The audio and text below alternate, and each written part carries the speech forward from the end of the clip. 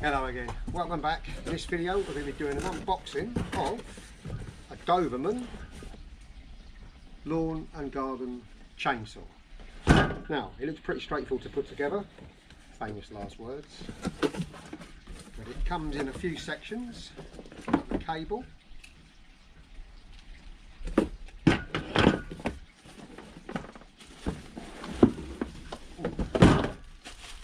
bulk of the chainsaw, the meat and potatoes,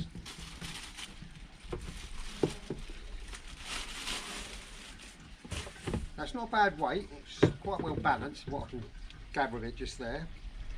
So we've got those two pieces, we've got the chain guard, we've got two chains. One of them is an Oregon one, which is obviously the better quality one. I'm not sure what this one is, just a generic one maybe, I don't know. And then you've got the blade. So we'll take all these bits out, have a look at it. Now it'd also be a good time to read the instructions. You do get an instruction manual with it.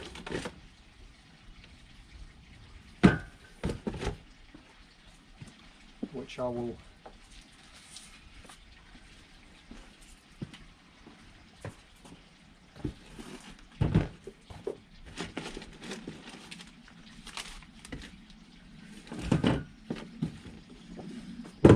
so it's quite a decent instruction manual. It's obviously in a lot of different languages. It's in German, English, French.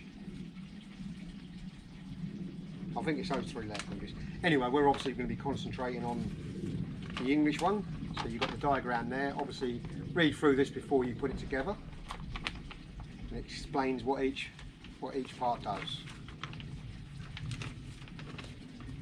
So it doesn't seem like bad instructions actually.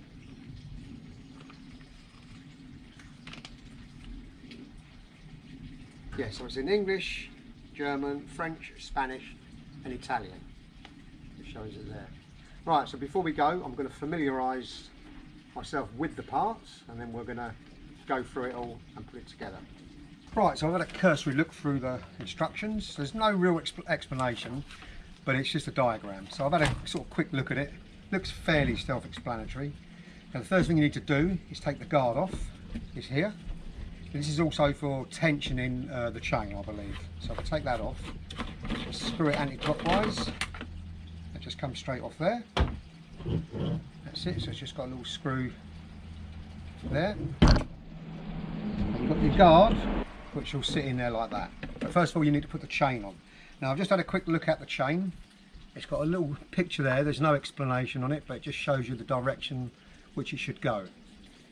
So if you just hold your chain up to it, and then put it on the correct way. So the longer teeth is like that. So I'm going to turn it around so I can see what I'm doing.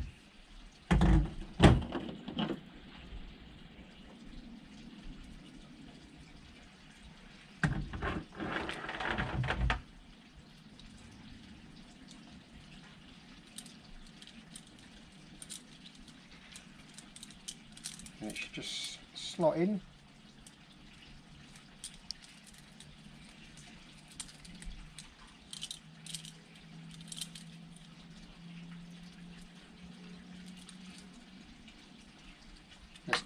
Let's give it how we want it first of all.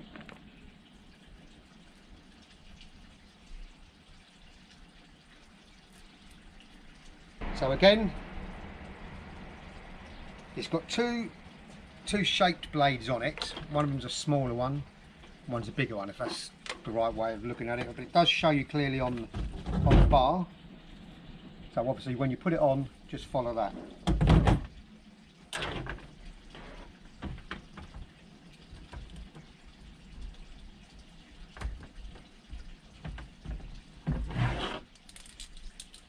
It's got little teeth inside the bar which will hold it in place.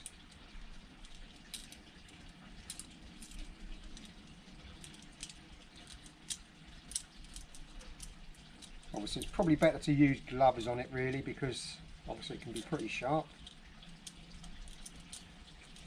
It is a chainsaw after all. As you can see, there's quite a bit of slack on it. I think we take the slack up on the front of it, like that, and then we can tension it once we've got it in position. So I just had another cursory look at the instructions. I think that the loose piece at the end goes around this piece of the chainsaw, like that. So you just hold it into place with your thumb if you can, and lock that in.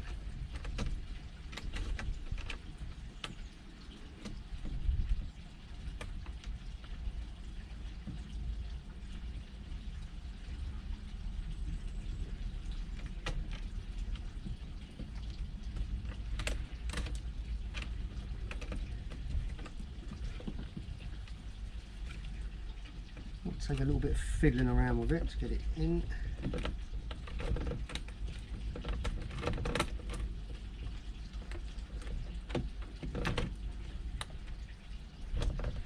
That's it, I think I've got it. So you want to have that going around the piece at the back there. That's where the motor's going to be, and it's going to drive the chain around. So you make sure you locate that on there. Just like that. It's a little bit fiddly, but once you put it in, you can then slide it into the slot, hold it with your hand, and then just put the cover back on and screw it down. And that's pretty much it. Now I think this is also the tensioner. And you've also got this plug, which I believe is a safety measure. So if you got snagged on a tree, it would pull this apart and cut it out. So it plugs in. It's got a UK plug on the end with quite a lot of slack. I think it's about 5 meters on it, or 6 meters, which is pretty good. It's nice and flexible, this, I've noticed. I mean, it is quite warm out, but I believe that's what it is. Now you do need to put oil in it, chainsaw oil. This is your reservoir for it. So we're going to put some of that. So when you buy this, if you don't already have it, buy some chainsaw oil. I do have some, which I'm going to put in there now, and then we'll plug it in and give it a try. Now this is the protective cover for it. Obviously you won't have that on when you're using it, but when you put it away, you'll have your protective cover on it like that.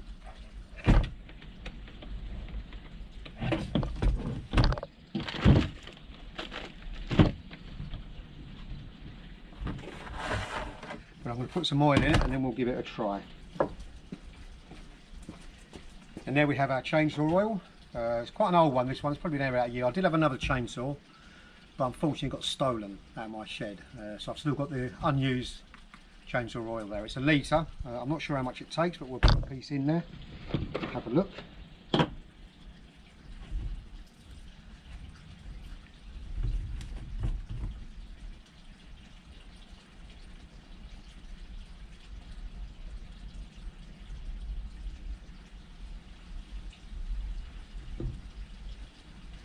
I'm not going to fill it right up. It does have a little marker on there to show you how much. I'll show you that in a minute. It's pretty much filled it up. I've only put a small amount in there, less than a quarter. So that's all good.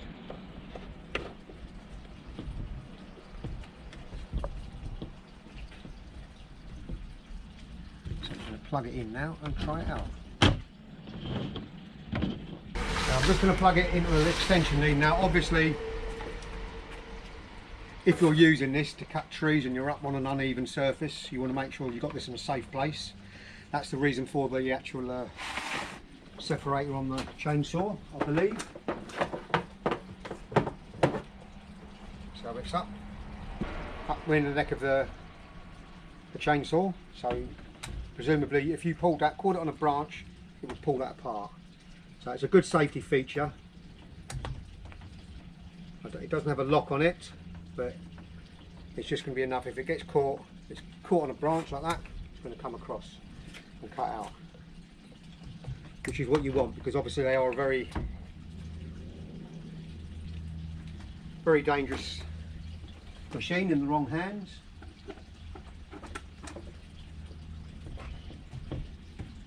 and on the bottom of it. Now it's quite a good weight. If you hold it with just one hand, it's balancing quite well, which is what you want. You don't want it kind of tipping and you're fighting against it. So now I'm left-handed, so I hold the bar with my left hand and operate it with my right.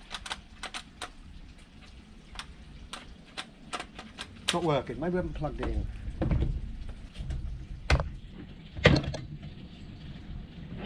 Right, now it's got two positions on here as well. Backwards, I've just realised it does that. There's a little diagram on the actual chainsaw. So forward is stop, press it forward and pull it back is on. Like that. So I'll plug it in again.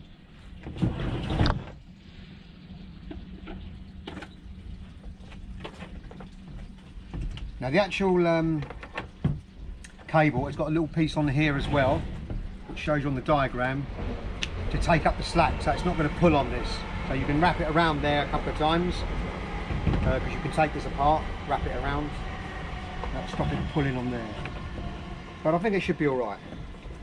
I tend to do it with my hand like that. Probably not the best way of doing it, but that's the way I've always done it. As I say, I'm left-handed, so I'll hold this with my left hand and operate the lock, stop and start. And there you have it. That's it on. Turn it forward, which I did earlier and didn't work, and I just quickly went through the instructions. That's going to turn it off. Even though you're plugged in, the actual machine's turned off. Turn it back that way. It's a little bit stiff, but that's a good thing because it's locking in quite well. And the second you take your finger off the trigger, it's got the brake mechanism that will cut it. It stops dead, so it doesn't actually slow down. So if for any reason you slipped, lost your balance, let go of the grip, it should stop instantly. So it's a good safety feature there.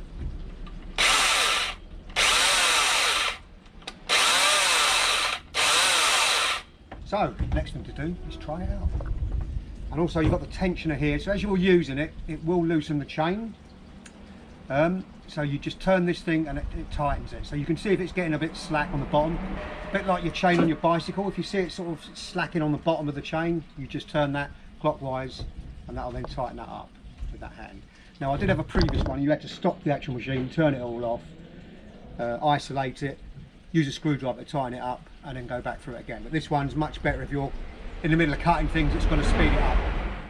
Right, so we've got our bit of timber up here to demonstrate, a piece of rotten timber. Now it's not that noisy, so you won't necessarily need the ear defenders, but put them on if you've got them, always put them on. But definitely goggles. I'm not sure if they're going to fit over my glasses. No, they're not, so they're going to have to come off. Now if you've got any clamps, it'd be an idea to clamp that down, which I'm going to do. Now obviously, if you're cutting a big round logs, these are not really going to be suitable. You'll have to find bigger clamps or another way of doing it, but these ones will work on here. They're just hand clamps, so just hold it tight enough. Put one on each end of it.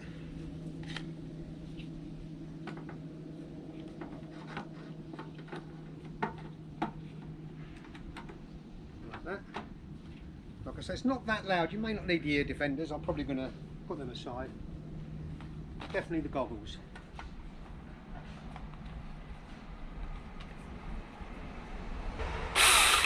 So like I say, break off if you want to stop it and put it down to do something.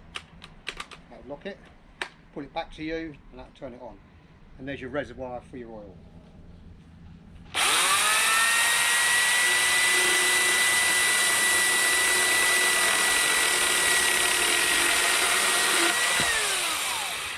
And there you go.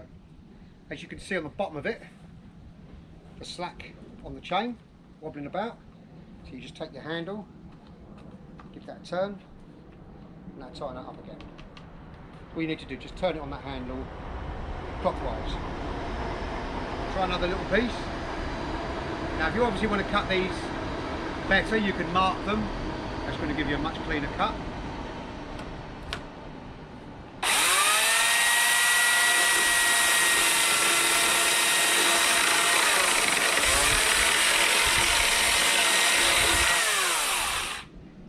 It's come a little not slack on that time, but after each cut you could just tighten it if need be. I think after the first one the tension in the chain is going to loosen slightly, so you just need to tighten it as you're going along. Now obviously one of the main things to be considerate of is the kickback. It does say in the explanations, if the wood is if the timber is wet, it can get it, unlock that, and it can, as you're cutting through, it can pull back on you like that. So what I do, I always stand to the side and lean over it. Probably not the best posture when you're cutting, but if you stand over it and it does kick back, you've got a little bit of room, you could drop it. If it comes straight into you and goes down, obviously that could be very, very dangerous. So I always stand to the left or the right, depending if you're left or right handed, like that. Cut through it. If it kicks back, it's out your way hopefully, and you can let go of it onto the floor. And that's pretty much it. We'll just do one more cut. It's locked, push forward to lock, push back to engage, a little button for your thumb and your 2 fingers underneath.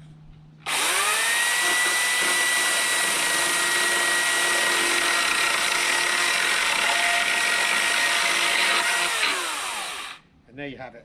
So it hasn't come too loose, as you can see, but if it does, just tighten it with that. And that's pretty much it. So that's the Doverman chainsaw. It's available on Amazon, which I'll leave a link in the description below. I've not used it on any logs as such. This is my first demonstration of it, but it's cutting through it pretty easy, so it looks like it's going to do its job. Anyway, as always, thanks for watching the video. I hope you found it helpful. If you did, please like and subscribe, and I'll see you in the next one. Bye for now.